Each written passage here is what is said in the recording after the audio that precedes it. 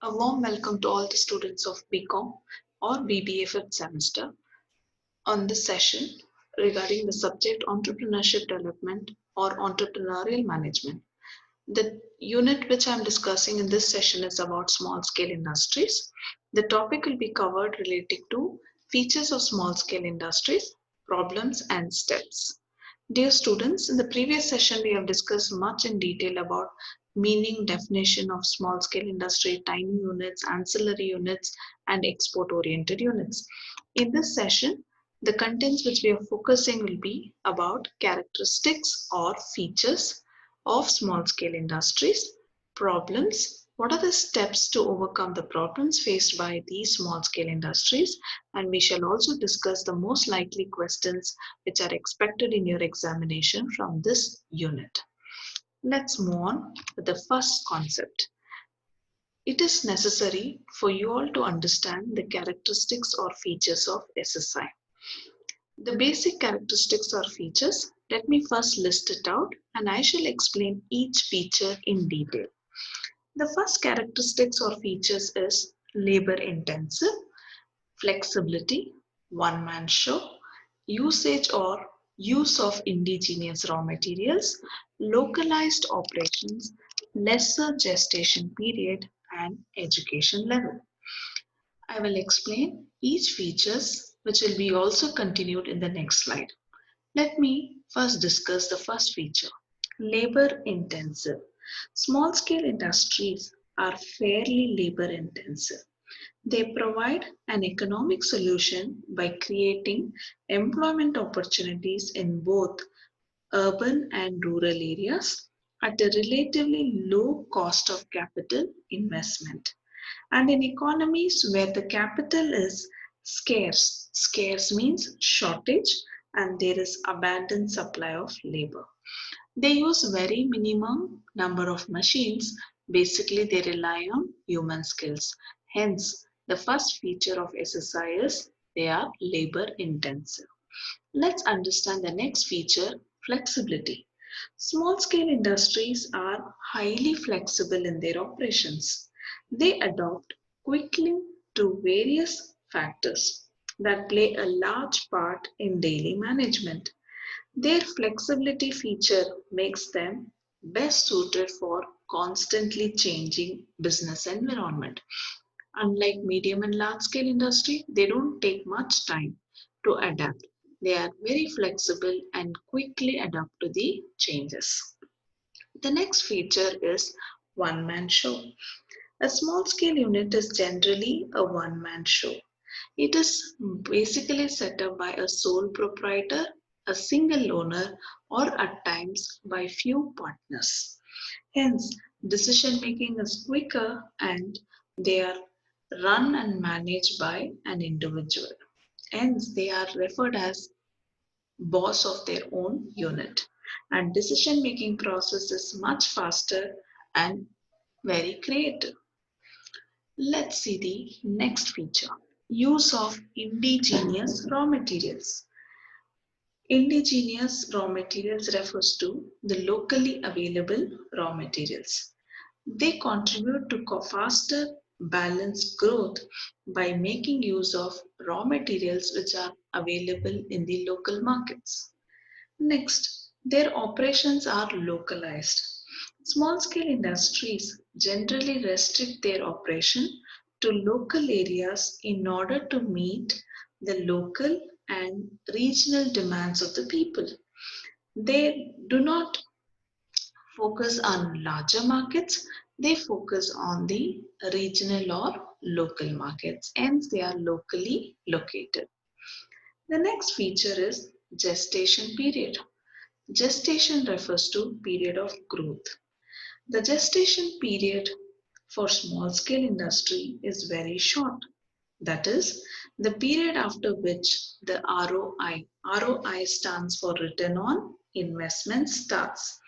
It is the time period between setting the units and commencement of production. Small scale industries usually have a very short gestation period compared to medium and large scale units. This helps the entrepreneurs to earn after a very short period of time. Their capital will not be blocked for a longer period of time. Therefore, I hope you understood what you mean by lesser gestation period. The next characteristics is about education level. The education level of the employees of small scale industries is normally low or moderate. Hardly there is any need for specialized knowledge and skill to operate and manage SSI. So they are using skills which are semi-skilled, unskilled or skilled laborers. Hence, there is no compulsion on high education qualification. Let's continue to understand the other features. Profit motive. Less import helps in decentralization, source of mobilization of savings, and leads to equitable distribution of wealth. Let me explain these features in detail to you. Profit motive. The owners of small scale industries are highly profit conscious. They always try to keep high margins in their pricing. So their prime motto is to earn profits. Less import. These small scale industries do not require heavy imported materials and so they do not misuse the funds. So these small scale industries focus less on imported materials. The next feature helps in decentralization. Small scale industries help in the growth of medium and large scale industries.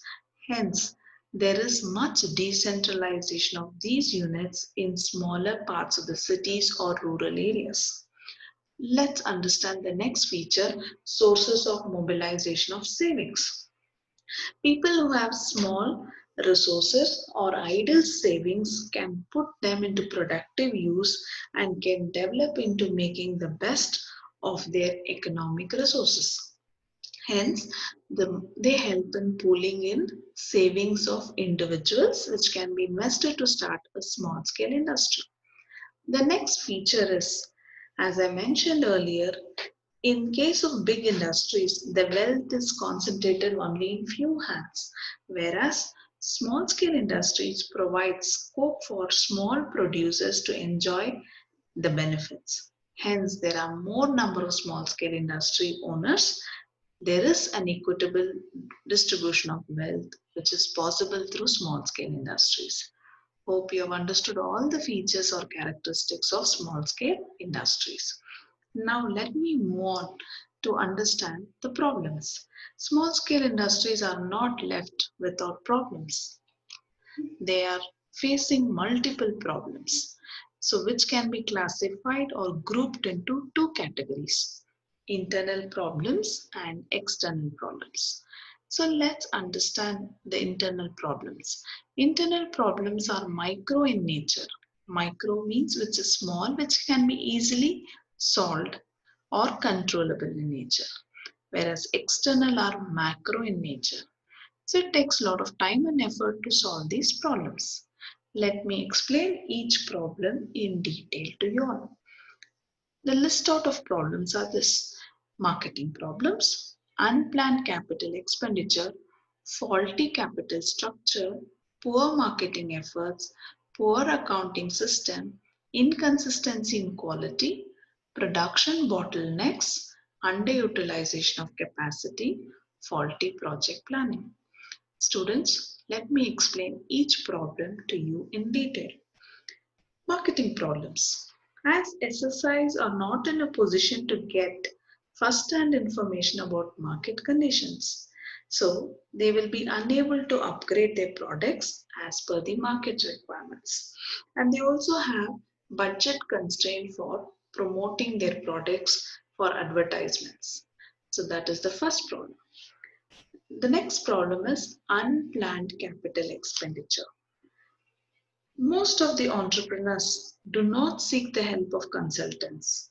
So they make their own decisions. So maybe their concept of expenditure of money may not be appropriate. They might invest too much of money on buying a technology or using any modern machines. This will hit their expenditure.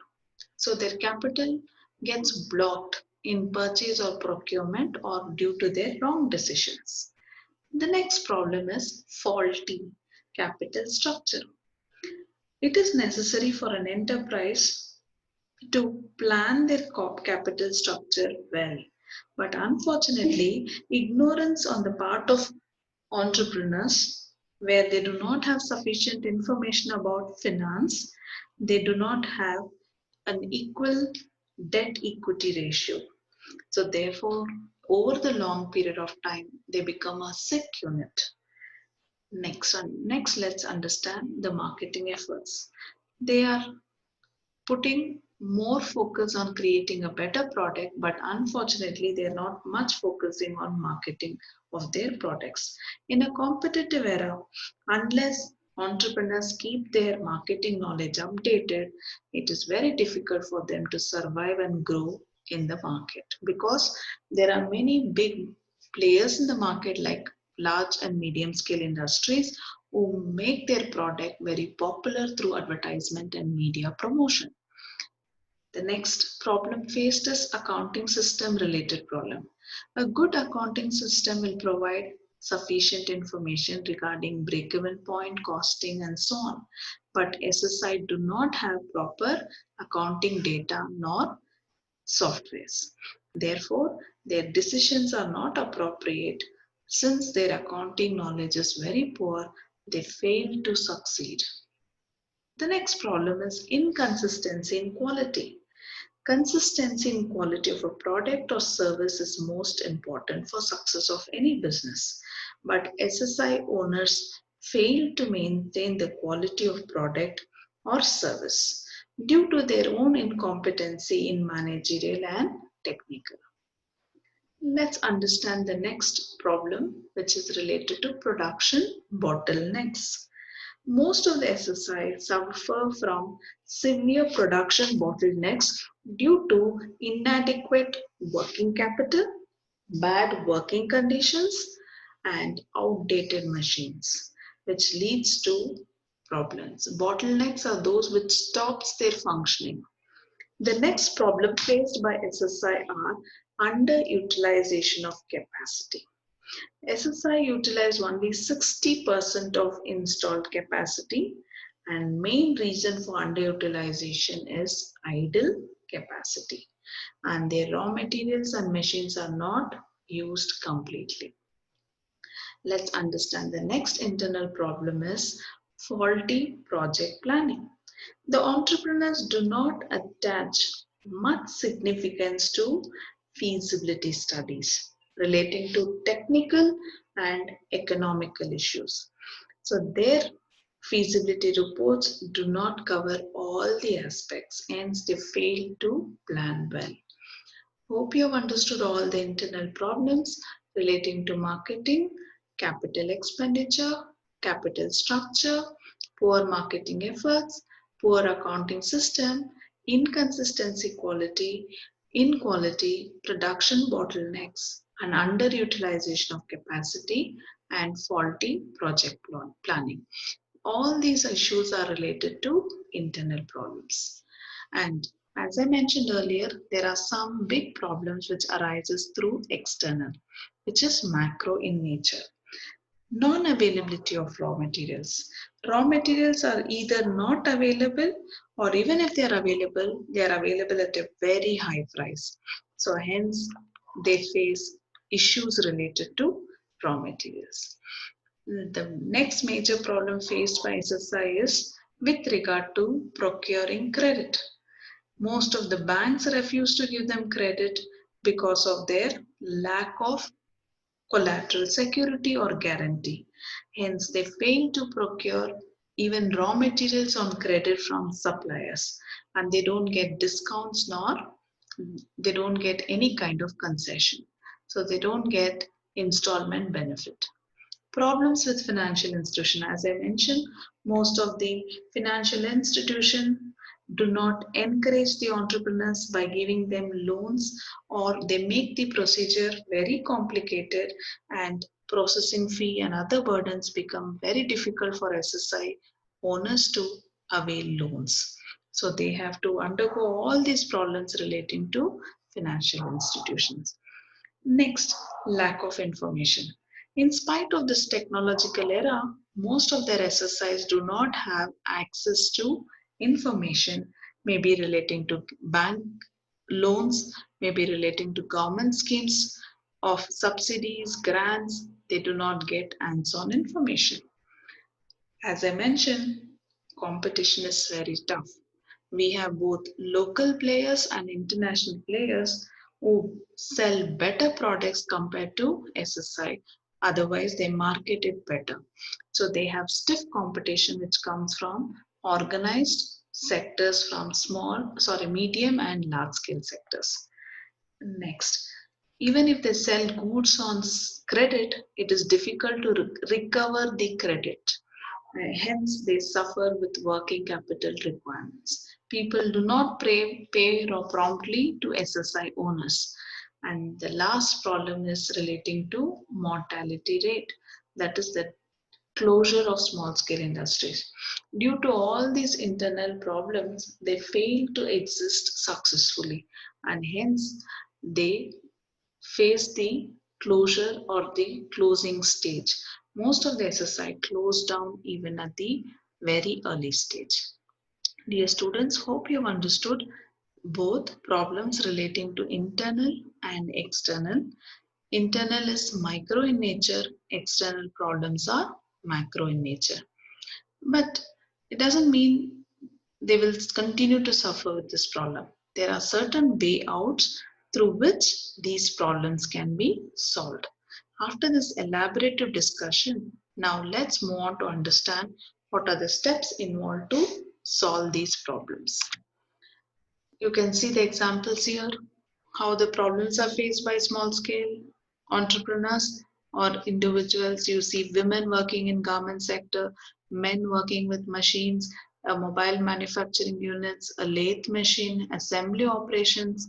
So you can also check their non-availability of raw materials. They have limited storage space. In times of emergency, nobody lends them money. So all these are problems related to SSI. To move on with, how do we solve these problems? Definitely, there are certain ways and means in which these problems can be solved. Firstly, an entrepreneur should take up intensive, means in-depth study about their proposed project. Is it a promising project? Will I earn money? Is it a good project? He should take suggestions. Whose suggestions? Make use of consultants, bankers, experts who will suggest to conduct business activities. As we saw, one of the problems is they don't have information. But now the government has taken several initiatives in order to make sure information reaches to the mass, both urban and rural. So, information about various schemes should be made available. It is possible only if the government is making steps, and definitely our government is trying to disperse information. Next, RBI, Reserve Bank of India, should advise all the banks to conduct EDP programs, entrepreneurship development programs, in which they can give all the information relating to how to overcome the problems faced by SSI. Next, the government should take up initiative to set up industrial estates with all the facilities, so therefore they don't suffer the problems which are micro in nature. The government should make sure they get provision of credit at a reasonable rates.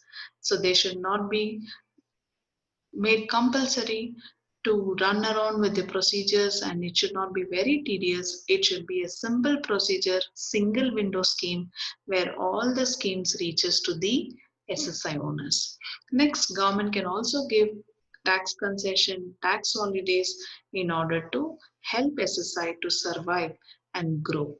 Government assistance is definitely required to overcome the problems relating to technical, financial, marketing, and all other issues. Dear students, hope you have understood in what way government and banks can take steps to overcome the problems faced by SSI. So this session would have definitely helped you to learn and understand the concepts which will enable you to answer the following questions in your examination. This This module is important for section B and section C. You can expect descriptive questions. The questions are: explain the characteristics of features of SSI. Most of the time this question is asked for section B. The next question, which is important for section C, is explain the problems faced by SSI. So you will draw a chart relating to internal and external and explain the problems which will enable you to fetch good marks in section C. And you can also expect a question in section B: explain the steps to overcome the problems faced by SSI. Hope this session has helped you to understand the concept and face your examination confidently. Thank you all, dear students. You can see how the rural India and urban India is being engaged in small scale industries. Say women are engaged into manufacturing of pickles. You can see all these traditional toys made by entrepreneurs or small scale owners using their manual skills. You can also look into this business where men are involved into manufacturing of these footwears which are purely handmade and carpets which are being designed. Okay, so our small scale industries have a long way to grow. In this session, hope you have got sufficient information relating to characteristics, problems, and steps to overcome. Thank you all, dear students.